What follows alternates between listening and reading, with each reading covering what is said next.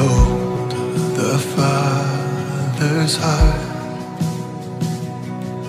the mystery He lavishes on us is deep, cries out too deep. Oh, how desperately He wants us.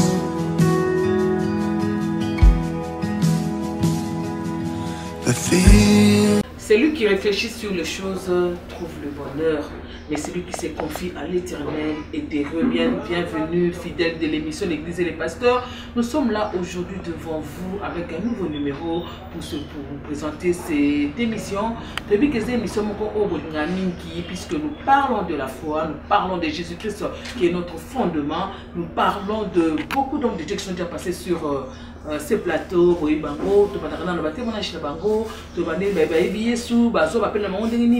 toujours dans émission de l'église et les pasteurs. Vous voyez bien que ça fait espace au l'église, c'est-à-dire que les ministres de Dieu, les fidèles et tout le monde qui aime l'église, au hasard pour ça pour véhiculer le message, c'est-à-dire qu'un communiqué des séminaires, un communiqué de vos visites, je veux dire, prophétiques, un communiqué de vos programmes d'église, espace ces aliwana pour la collègue. Ça vous avez un message Nabino, Nakatia, l'église et les pasteurs, appelez au numéro qui est au bas de votre petit écran et vous serez servi. Encore une fois, shalom et bienvenue.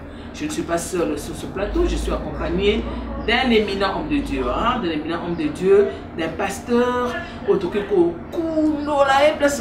puisque il s'agit de l'évangile éternel. Et on est au l'évangile éternel. L'évangile éternel, l'évangile éternel, l'évangile éternel, l'évangile éternel, émission de l'église et les pasteurs. Je suis accompagné de pasteur Poba Zéphirin, qui est administrateur à l'université La Foi Chrétienne, aux Alina Avenue Kivu, numéro 253, dans le quartier Adoula, na Bandal. C'est lui qui est notre invité. Naïbi Kazem Botaza accompagné d'un être cher. Il m'a présenté M. Sazalina Pemenaye, mais M. de la pasteur. Pasteur. Alors, notre Kolbanaye, bonjour pasteur. Bonjour. Pasteur, bonjour, poussez vous. Nous avons se prêté vous. Na sepeli kwa na plateau na bino awe la lesikana yaka mingi bana nyonso ya Ntingi télévision basali ya Nzambe nyonso a mbote na bino. Mbote papa mbote na biko ça accompagné de notre cher hein. Comment c'est une maman pour la Zanali.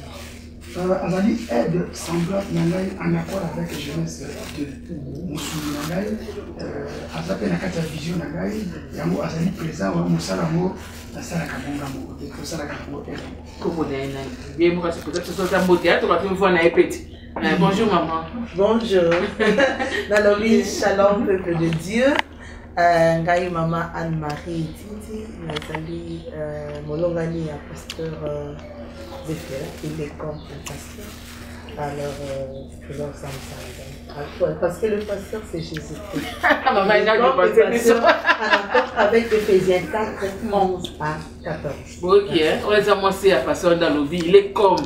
Avec un ami pasteur Poba, Zéphirin, mais maman a dit que vous allez comme. N'ayez pas répondre à la question. Comme pourquoi? En réalité, à l'objet à solo, parce qu'il y a Ephésiens chapitre 4, verset 11, 12, il a fait oser comme. Batunyoso, na 5 ministères batanga, bataka comme liboso. Ça veut dire que le vrai pasteur, c'est Jésus-Christ. Pour ça qu'on est colaka to landae. Est-ce que tu es au Kokana? Ils n'ont pas joué. Ils n'ont pas joué.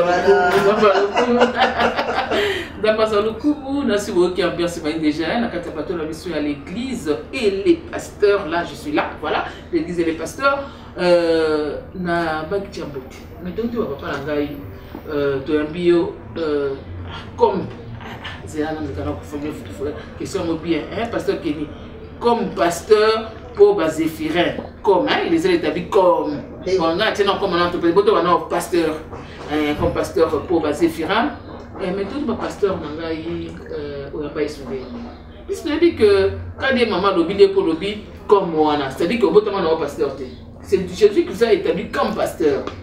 comme il a établi les autres comme les apôtres, comme les évangélistes, comme la ligne, prophète. Il peut être comme pasteur. Ah, tout le monde a son déni pour avoir un pasteur. On ne déjeune pas un acte.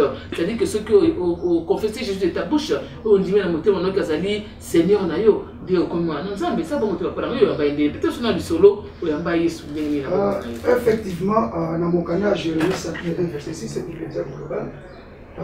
Avant que je te forme dans le ventre de ta mère, je te connaissais.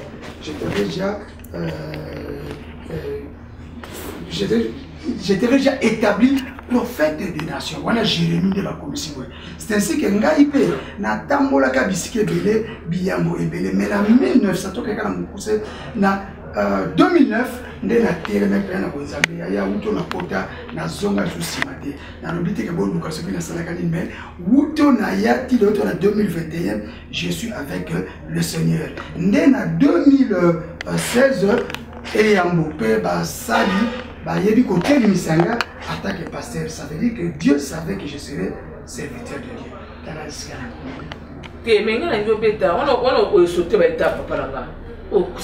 Moi, je n'ai pas d'une rencontre hein? Personnelle avec le Seigneur. Au salon de Nanzan. Mais Yomoko, vraiment, Nanzambe, au soir que Yokuta Nanzamba Nandeni.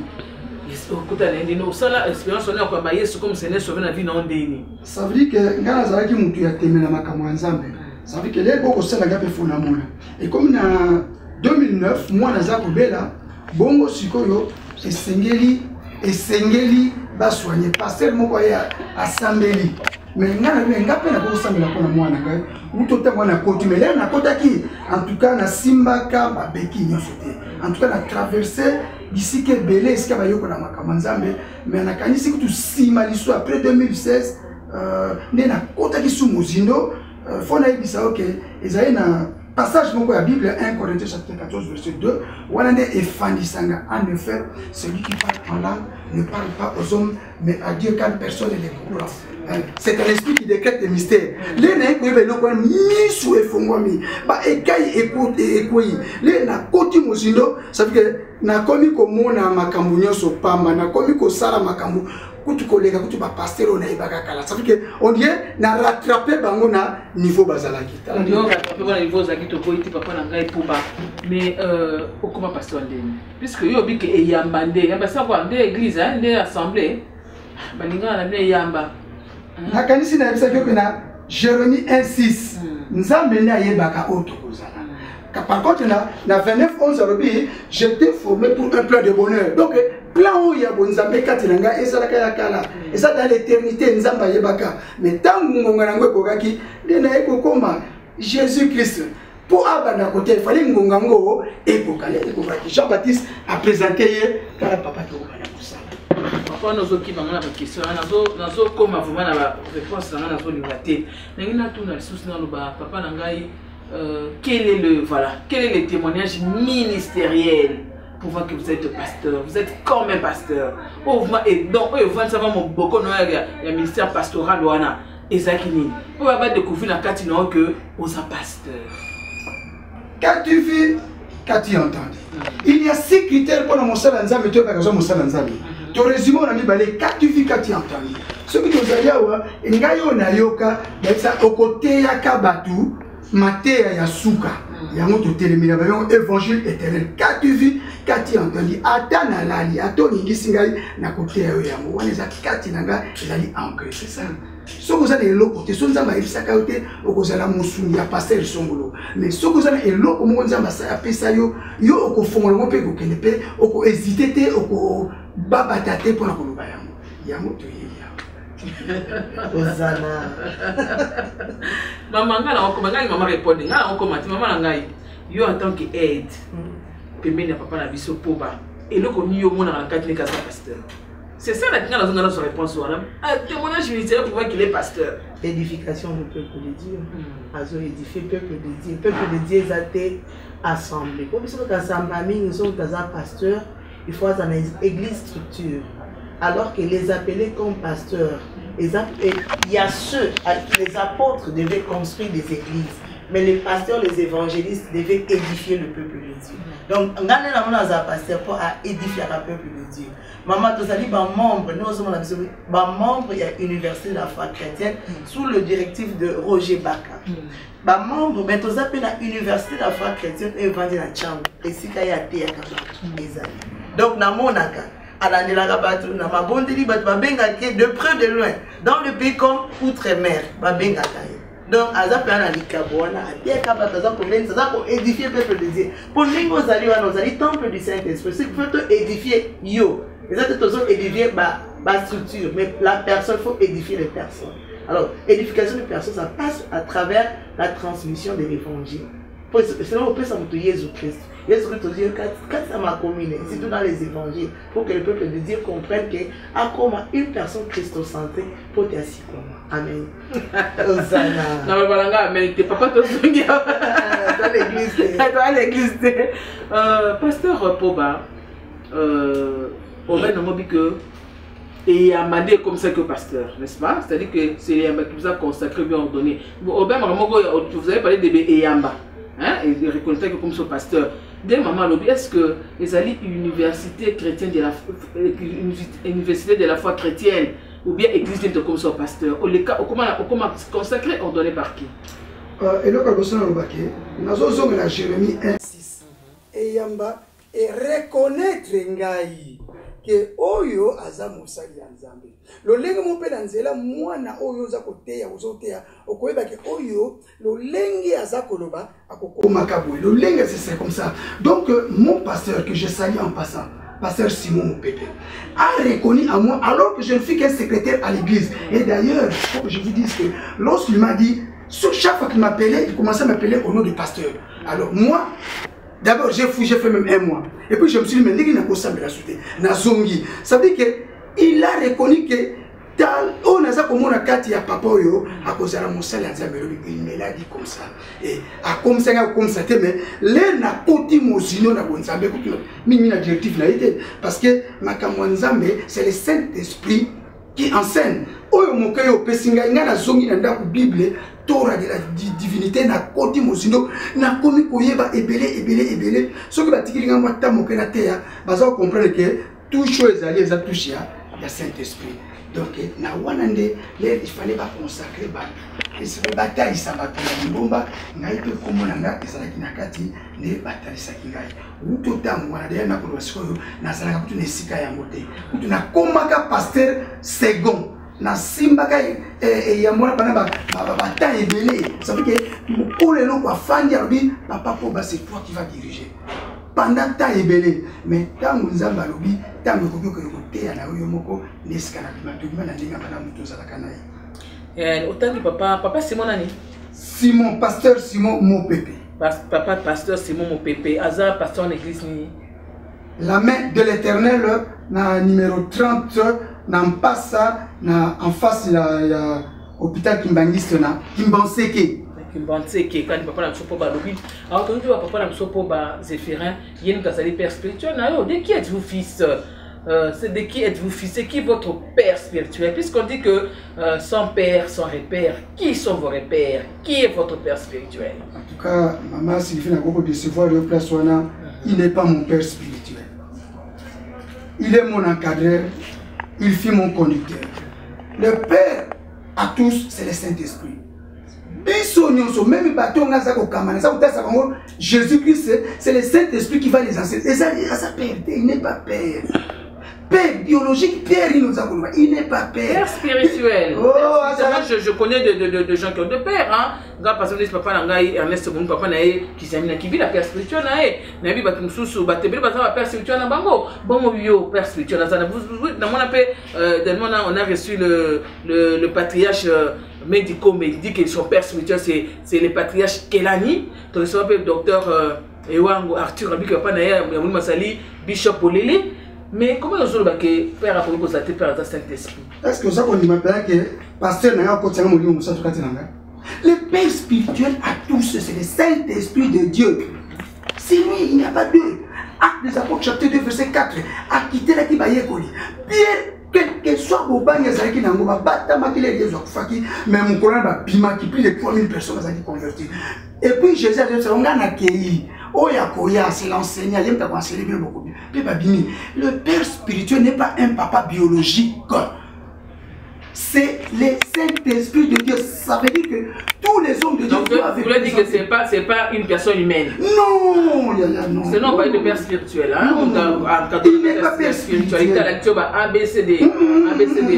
Alexandre Mouké, le Saint-Esprit a tenu à ce collègue. Je vous dis la vérité, Alexandre Ndam, ça fait qu'il y a un côté 2 jours, 3 jours, mais les refondements, mais aussi la Bible, le Saint-Esprit, c'est l'enseignant par exemple, il va t'enseigner. Ma père spirituel, en tout cas, ils allaient langage abusif, en réalité, ils allaient évangile erroné, ils allaient valeur inversée, il y a évangile inversé. Qui vont sentir la série puisque quand il parle de valeur erronée, non, et comment peut s'en confusion dans mon tout papa pour pas. Oh, on peut s'en confusion en casse. Puisqu'il y a d'autres gens qui reconnaissent le père spirituel, que son père sans repère. Mais il y a aussi maintenant, je crois, au limite, Jésus-Christ, pourquoi baptisé Jean-Baptiste, la maille à Jourdain, donc le père spirituel, c'est Jean-Baptiste. Mais il y a tout qui a dit évangile. À peu près 90% de Kinshasa, je vous dis la vérité, il faut tout changer. Il n'y a pas de père spirituel mortel. Il n'y en a pas. Le père spirituel, c'est le Saint-Esprit. C'est le Saint-Esprit, papa. Tout là qui s'abandonne, expérience. Ah, bon, Toyoki. La Bible nous dit aussi que les sons quoi très livrés et les blés.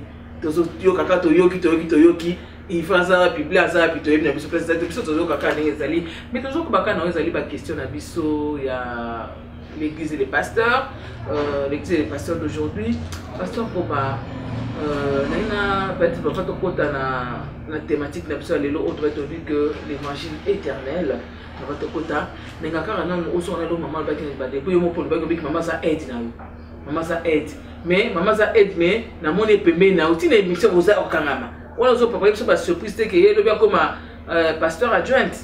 On a invité ceux qui assistent, ceux qui n'y ont pas invité. On a invité. On a occupé profondeur à l'îlot. On a pas de mais on a eu qui profondeur. Comme nous avons accompagné la vision. Donc il y a des gens qui ont assisté. Donc pasteur ont préparé calamité. Dans la Bible, dans la Genèse 2, verset 3, et Yahweh Dieu dit, il n'est pas bon que l'homme soit seul, je lui ferai une aide semblable à lui. Donc, Madame Itini Anne-Marie qui est à mes côtés, elle est mon aide semblable. Azali, moi, si nangai, mais aïe, awate, pour remplacer tout.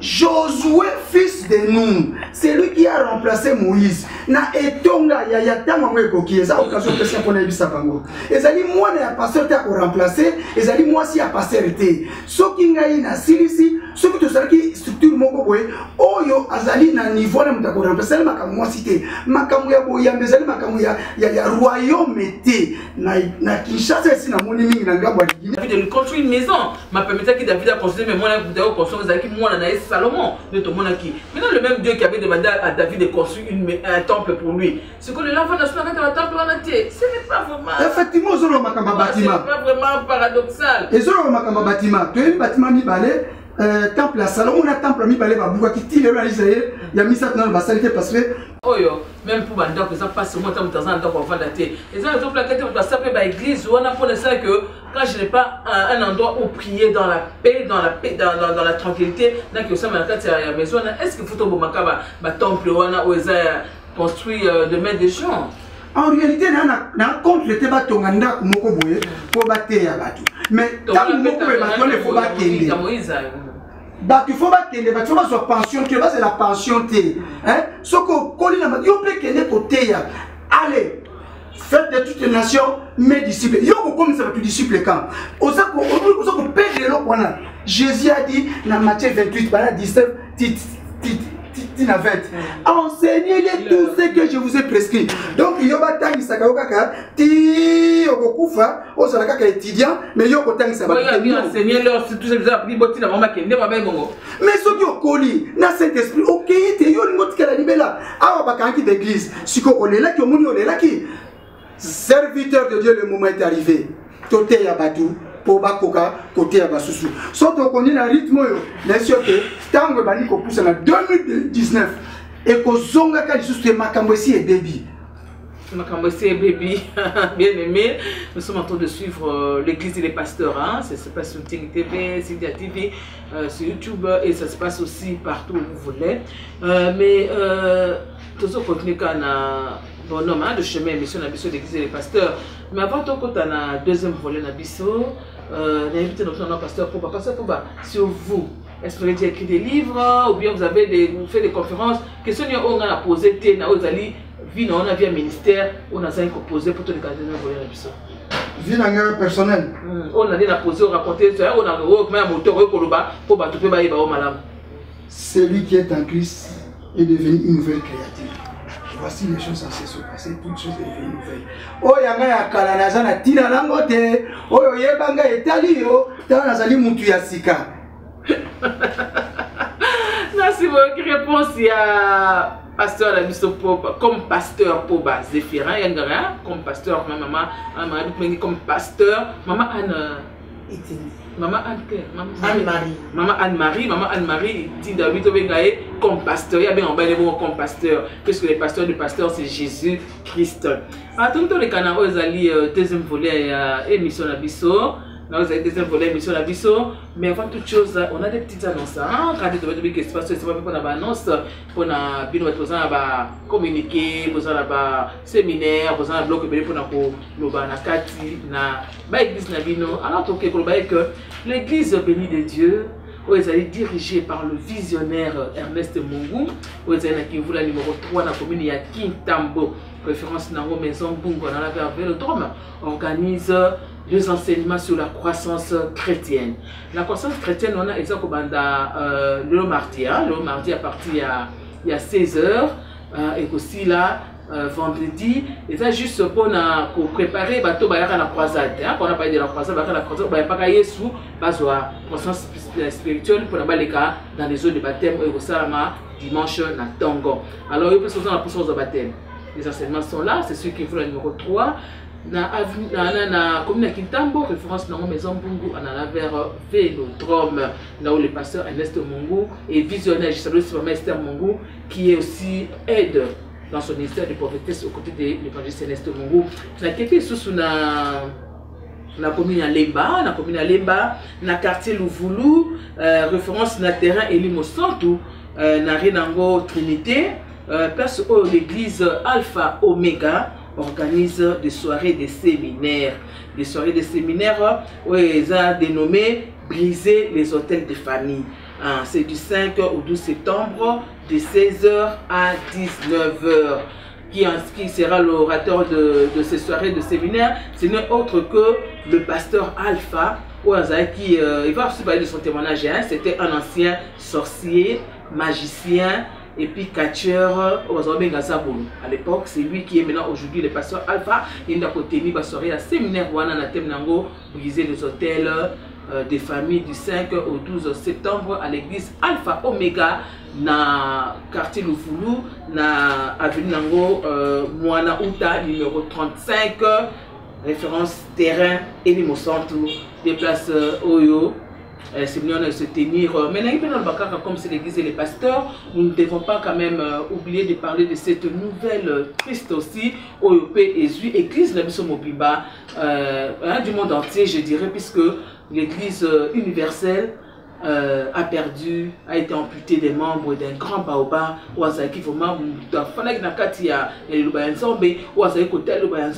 il s'agit de notre patriarche Emmanuel Nguye papa la visionnaire l'église Bethel c'était quand c'était hier, voilà. Enfin, qu'il a lundi, na Tongo. Alors, bon, on peut ça qu'on pas la biso, puisque photo le Belango, c'était vraiment un homme de Dieu, autre au bout na kati ya boka na bisoté, batubeli ba bénéficier aux enseignements na surtout na Ozaki journal La Sentinelle, na Ozaki radio La Sentinelle, il nous a prêché la parole de Dieu et la vraie parole de Dieu Ozaki ko boya ngote na kati na boka na biso. On Ozaki ba nous sopo na lelo. Toujours na Ozaki deuxième partie na biso émission au bato lobela l'évangile éternel. Na soki le papa na biso Zéphirin comme pasteur Poba pour na tout lobela où ils allient l'évangile éternel. Mais pas trop la question de Bisso, il y a quand même une question. Il y a qui peut patriarche Emmanuel Billet. Il y a qui m'a cassé l'air à témoigner qui dans l'église, n'est pas ça qui est. Et ça quand on passe parce qu'elle est là quand on a sur la télévision, la poison va tirer qui est. Pas dans les âmes, tout qui a pour moi n'a pas poison, ni camoni. Heureusement, nous avons lié. Il y a un sali tant de moulayo. Tika battu ya église. Bethel qui n'y a les anabino pour continuer pour s'engager. C'est là que je fais moi témoignage que papa l'a Emmanuel pour le patriarche Emmanuel Billet. Moi je me rappelle vers les années 2000, hein, 2009, 2000, on a Radio Kaka, Centenaire des Alaki. Il donnait des enseignements de 6h30 à 7h. Dans la Zaki avant que Moussala, au moins on a vu papier. On m'a dit qu'on a enseignement na Iwan, et c'était des enseignements où c'est là que même les lots parfois na biso payé et vanda na quatre enseignement en tout cas c'est vraiment un papa qui était vraiment un bon, moi je peux le dire, et que son âme se repose vraiment en paix. C'est Dieu qui donne, c'est Dieu qui récupère. Il a terminé sa course Zamba préféré qui le long des bien l'obéis à jour n'a souka puisqu'il a achevé sa course. Ça l'émission n'a kitoko et nous assure que il y a une couronne qui lui est réservée, place où il est accueilli auprès de notre Père. On a déjà parti dans Bissau, ça fait mal au cœur, c'est vrai, mais la mort d'un chrétien, c'est un gain. La mort d'un chrétien a de la valeur aux yeux de l'Éternel. Parce que bien, on a dit à Psaume 116:15 qu'il a du prix aux yeux de l'Éternel la mort de ceux qui l'aiment. Nous passons maintenant à notre deuxième volet de l'émission. Nous voulons parler de notre thématique qui n'est autre que l'évangile éternel. Alors, tout ce qu'on a entre des jeunes abyssaux, vous voyez que tout n'est pas à Pasteur Poba. Pasteur Poba, quand on parle d'un évangile, c'est quoi? L'évangile, c'est quoi au juste? En un mot simple, l'évangile, c'est la bonne nouvelle du royaume des cieux. Toyebike suka Jésus a koya kozwa bato mais banani bakokeli yango bazo kopesa biso ja ndenge nini ekozala soko yoki évangile oyo okozala rendez-vous na Jésus-Christ. C'est ça l'évangile. Vous avez dit la bonne nouvelle. La bonne nouvelle on va pas que non et là on a pas na obale là on a pas na loti mbongo là on a pas bona sumi voiture on de bonne nouvelle en wana de on de évangile. Non. Nous sommes venus ici pour parler de l'évangile éternel. D'ailleurs, ce que nous allons parler, c'est de ceux qui restent. Oye kozalaka, libala ekosilaka, boko kagwanaka, boko na divorce kuna. Ceux qui kokende poto e yindi, bazo tia bato bamangwele kuna. Bamsu balingise batozana bango to kolia bamumbala. Ça veut dire que biloko boko lukana misala onini kobota, oboti ozoka koboko la bakuna te. L'évangile était c'est la bonne nouvelle du royaume de Dieu. Makamwana ndeko pasteur tote ya suba biloko na tese belé na kasi na suba ba kopesa ngatana énumérer biloko oyo évangile éternel et eboyi la bonne nouvelle du royaume des cieux. Et qu'est-ce que signifie l'évangile éternel? Et pourquoi seulement c'est pourquoi on les qualifie de l'éternel et que comment je veux dire comment c'est pourquoi donc moi je veux dire qu'est-ce que signifie l'évangile éternel et pourquoi on les qualifie seulement de l'évangile éternel? Cet évangile qu'on trouve dans 4 livres, Matthieu, Marc, Luc et Jean, c'est la vie de Jésus-Christ. Et puis, ce que sur la épître, baso l'accès on n'engeni expérience à Jésus-Christ, bateau bandimela qui oni bazwa ki yo. Sikoyo évangile wana yangone ekotika la ka libela balobi éternel to côté ka sur makambo biso privé. Il faut to zonga. De quoi on parle de cet évangile? Allez-y, de quoi on parle? S'il vous plaît, maman, Apocalypse chapitre 14, le verset 6 à 7. Apocalypse chapitre 14, le verset 6 à 7. Je lis au nom de Jésus. Amen. Je vis un autre ange qui volait par le milieu du ciel, ayant un évangile éternel, pour l'annoncer aux habitants de la terre, à toute nation, à toute tribu, à toute langue et à tout peuple. Il disait d'une voix forte, « Craignez Dieu et donnez-lui gloire, car l'heure de son jugement est venue, et adorez celui qui a fait le ciel et la terre, et la mer, et les sources d'eau. » Apocalypse, comme je l'ai dit, c'est le dernier livre des Écritures. Apocalypse en grec, c'est apocalypsis. Ezali action ya ko révéler makambo yo ebombama. Ezape na racine mususu kaka apocalypse ezali apocalypto. Wana ezali ce qui signifie aussi dévoiler ou mettre en nu ce qui est caché. Donc to komi na tangu ya suka. Il faut toyeba aba to tambola ki suka ya mokili ezali nini. Livre o ekomamaki 95 ans après la mort de Jésus-Christ. Balobi, je vis un autre ange qui volait par le milieu du ciel, ayant un évangile éternel pour l'annoncer aux habitants de la terre. Ça veut dire que, et là que nous avons évangile c'est parce que Apocalypse est banni Moussala Namo. Ce qui est aussi l'Apocalypse 13, 17 et 16 à 17, au moins 13, 17, 16, 17, Apocalypse 13, je lis au nom de Jésus. Elle fit que tous, petits et grands, riches et pauvres, libres et esclaves, reçussent une marque sur leur main droite ou sur leur front, et que personne ne put acheter ni vendre sans avoir la marque, le nom de la bête ou le nombre de son nom. Donc, après 2019, le Covid est banni, Makambo échange, Makambo est assuré que c'est l'introduction. Ça veut dire que Makambo va être la biso. Déjà, Jean, à mon avis, la vision de Patmos, et si Ebandaki, déjà, on est passé pour l'Andaki, na Suède, basa kocha batuba, ba pis. Na États-Unis, basa kocha batuba pis. Ça veut dire que Jean a yévi Makambo informatique, Messie Salami. Et il y effectivement, tu vas nous comme mais tout aussi le Komoko dans Matthieu chapitre, je crois, 24 et 15. Attendez, maman, sur le Matthieu 28, hein? 24. Sur le Matthieu 24. Donc, vous voulez nous dire que dans cet évangile doit être prêché maintenant. C'est maintenant la fin du monde. Puisqu'on veut savoir à quand est-ce que cet évangile doit être prêché. Matthieu, on a, comment on a 24, 15. Matthieu 24, 15, je lis au nom de Jésus.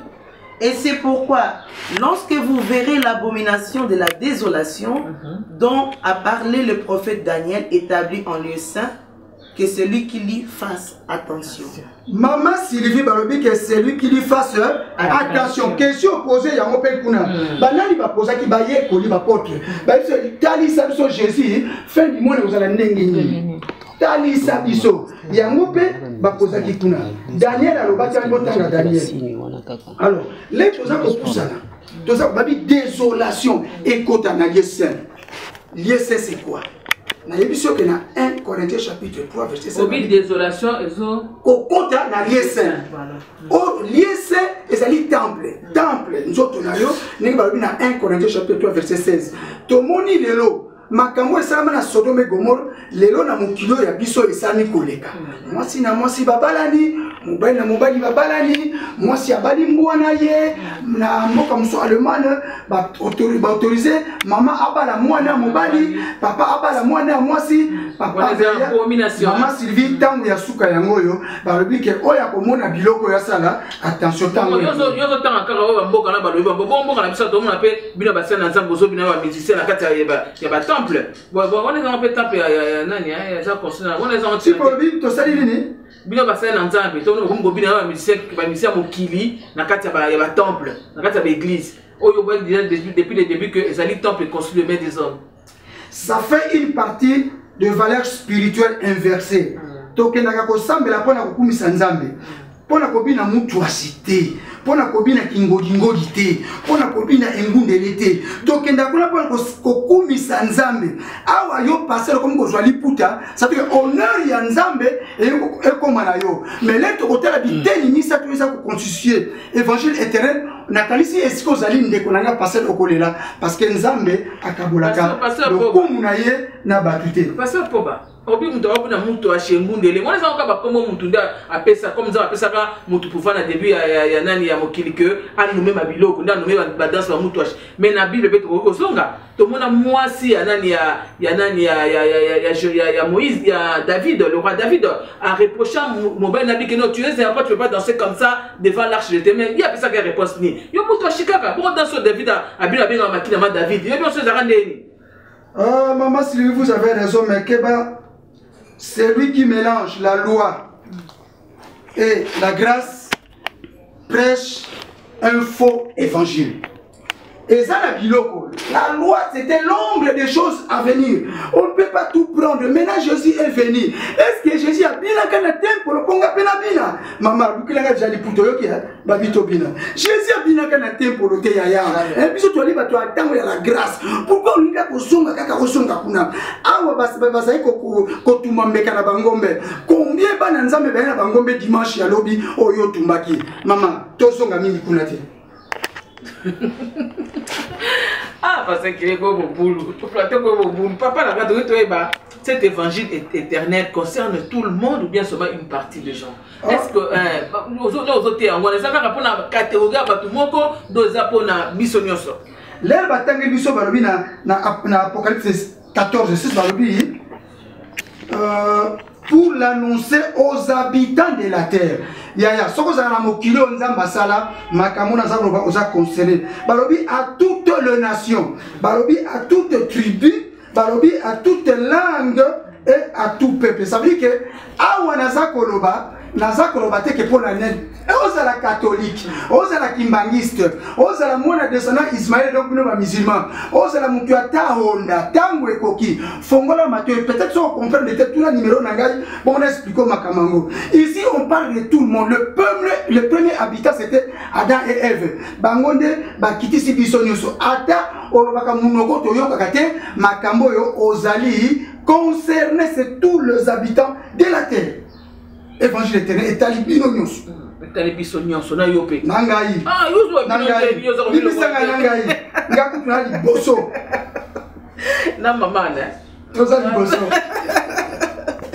Et pourquoi est-ce que l'ange de l'éternel, côté à l'évangile éternel, il fallait se positionner quand au milieu du ciel? Pour milieu du ciel, positionné, en tout cas, mais d'après révélation, il y a Jean, alors oui, à milieu du ciel, à évangile éternel.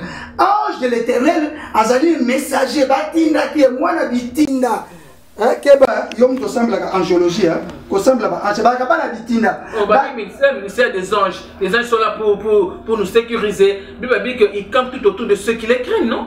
Est-ce qu'on comprend pas ange de sous? Bon, yom te faut bien gagner, maman Sylvie. Nalobi, ils sont là. Ils campent tout autour de ceux qui craignent Dieu et ils nous délivrent du danger. Balobi te ngana ke ne ko ange, aya ange azali messager. Pour maman Maria azwa mukumba ange batinda kaye je donc pas na ange batinda kaye donc nzamba batinda qui est apesi Jean évangile wana donc ayaki ezali na bosenga na bisote nzamba bitango ekoki na pesa baye bakina tango asuka je vais répondre à Daniel. Pour la Daniel ayaka c'est l'ange ayaka kotika réponse à Daniel. C'est ça donc ezali nani Jean qui Lucas qui positionne dans cette position ils encore caché ils ont trouvé pour la thème dans milieu hein. Et ça pour après ça message dans bâtiment sur le lobby puis c'est comment un million il va toutes les nations il va toutes les nations pour monter. Donc c'est caché, ça ce n'est pas moi, c'est Dieu. Moi je me contente de l'évangile éternel. Sauf que il y a 7 messages à moi en 3 points. Est-ce que à part il y a évangile éternel, c'est ça le message que Dieu vous a donné. Est-ce que vous avez un évangile éternel? En tout cas personnellement je ne sais pas qu'il y avait un évangile éternel. Est-ce que vous avez un évangile éternel? Personnellement, j'ai eu un message au Canada. On a vérifié que le monde est comme village planétaire. On a lancé l'évangile éternel. On a yoki batukoluba. Donc on a yoki matéa et belé à l'évangile éternel. Matéa na alika angamote. Peut-être un gars na Kinshasa peut aller belé, mais quelque part un gars na bani tangu nangai. Baduso banaki tangu na bango. En tout cas bazamu belé, j'ai vu les gens prêcher l'évangile éternel. Le monde ils allaient village planétaire ba kontia ka ko baté ah banango ba msupe côté msu na Australie na États-Unis peut-être na Brésil bazali donc ils allaient message ya sikate ils allaient ya Bible na ena eloko ya sikate mezali peut-être yo tsaki kate mengai ba fonga misu na yebisane yo. Que contient ce message évangile maintenant éternel? Ça contient quoi? Ça contient quoi l'évangile éternel? Toi, on dit que ça l'évangile, oh, t'es contre le bâtir à biso, recevoir, voyager, élévation, c'est ça l'évangile éternel. Et tout contenu en nini? L'évangile éternel a 3 points. Premier point, la crainte de Dieu. Baza koyebisa batu na tango asuka to banga nzambe. Deuxième point, la gloire de Dieu. Topé sankembo na nzambe. Troisième point, l'adoration à Dieu. Donc, tokumisa nzambe ye mokilina na nyonso. Les 3 points ont constitué l'évangile éternel. À quoi consiste la crainte de Dieu? Est-ce que la crainte de Dieu c'est quand on a battu oyo? Hein, on peut le dire, hein, parce que le biango bateau bazana kati na ikobo, bateau bazana kati komela masanga, bateau bazana kati kotonga, de wana bazana crainte de Dieu ou bien crainte de Dieu zanini? Non, la crainte de Mama Jola Bishop, Psaume 111 verset 10. Psaume 111 verset 10, je lis au nom de Jésus. La crainte de l'Éternel est le commencement de la sagesse. Tous ceux qui l'observent ont une raison saine. Sa gloire subsiste à jamais. Nous allons sous Proverbe 14, 27. Dans ça, qu'on va crainte de Dieu, et allez peur de Dieu. Donc, c'est une sabilo quoi. Crainte de Dieu, et allez qu'on pas qu'on t'amour la il y a un commandement na ce que veut Dieu. C'est un principe. Il y a un principe, il y a un zambé, on crainte, il y a un zambé. C'est ça. Quels sont les commandements de Dieu? Quels sont les principes de Dieu, pasteur Poba? Puisque moi, les gens vont beaucoup suivre, puisque les gens alors tu vas craindre de Dieu, un principe en vos années. Faut qu'on a un principe en vos années. Attends, dans moi, soit, s'il vous plaît, soit, Jean 8, 31 pour te répondre à Nani Naï.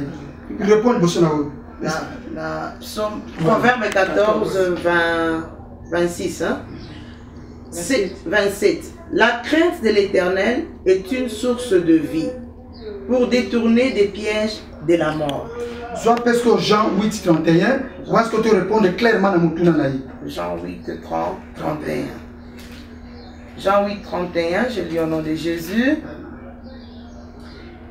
Et il dit aux Juifs qui avaient cru en lui, si vous demeurez dans ma parole, vous êtes vraiment mes disciples. Biso batu une nouvelle alliance. Biso toza na seya Jésus-Christ. Pour après la croix ne biso to monani. Crainte ya Yesu ya Nzambe ezali ko banga Nzambe pe ko linga moninga na yo. Le 2 commandements Jésus-Christ a dit qui au résumé qui parce que Moïse est venu avec la loi, Jésus-Christ est venu avec la grâce et la vérité. Si les deux qui sont fandi kaka na kati wana ko linga Nzambe ko banga Nzambe ko sala et puis ko joie ko linga moningo ça permet na semblable, c'est ça. C'est ça. Na kati ya principe Nzambe pe on peut ça ka ko futa pe ko futa 10 mains, 10 besoin kati ya principe Nzambe. 10 besoin kati ya principe Nzambe. On peut ça kati ya traité. On dit que tout ça va principe Nzambe 10. J'avais dit une fois ici, mélanger la loi et la grâce au continent faux évangile. Dim ezali eloko ya la loi. Mais dans la loi kuna dim oyo ekumba maka l'église ezaka la dîme de la dîme. Siko yo a okumba ka dîme. Omoni ke bateyo malamu te. Dieu avait dit ceci. Naba na Israël que na petite tribu ya Lévi na pembeni. Bino nyonso 11 tribu boko memelaka bango dîme. Mais siko yo Lévi le reçu dîme kata 1/10 ya dîme wana kende ko pesa na bandeko bosala na etonga. Mais Nzamba alobaki que la loi n'a rien apporté. Ça veut dire qu'il a aboli cette loi. Na sur ça d'accord na biso. Oh Nzamba zo le kumu parce que ça vaste. To ko la 5 jours wa. Ba ba so bloc ya to fin na biso. Ko ali vaste.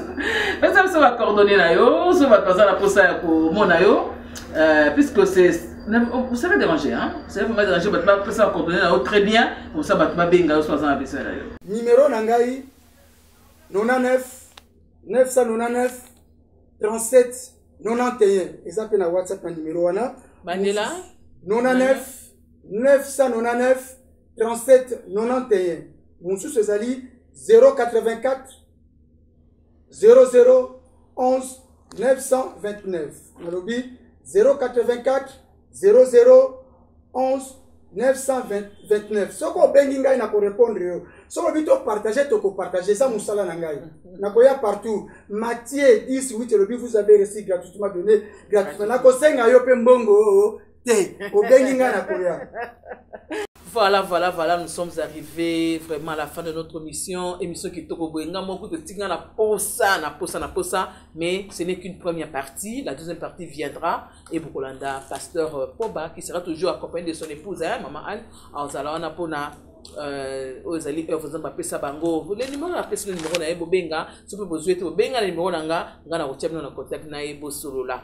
Oui, celui qui a été notre invité aujourd'hui, c'est le pasteur Poba Zéphirin, qui est administrateur à l'université de la foi chrétienne. Aux années avenue qui voulait numéro 253 dans le quartier Adoula, dans la commune de Bandal. C'est là où il est l'administrateur. Et celui qui était notre invité d'aujourd'hui, on a parlé sur l'évangile éternel. Mais suite merci à l'équipe technique qui a été toujours là. Mon pasteur que j'aime beaucoup, le pasteur Kenny Lenvo. Et merci à tout le monde. Merci à Hardy, merci à Jocelyne.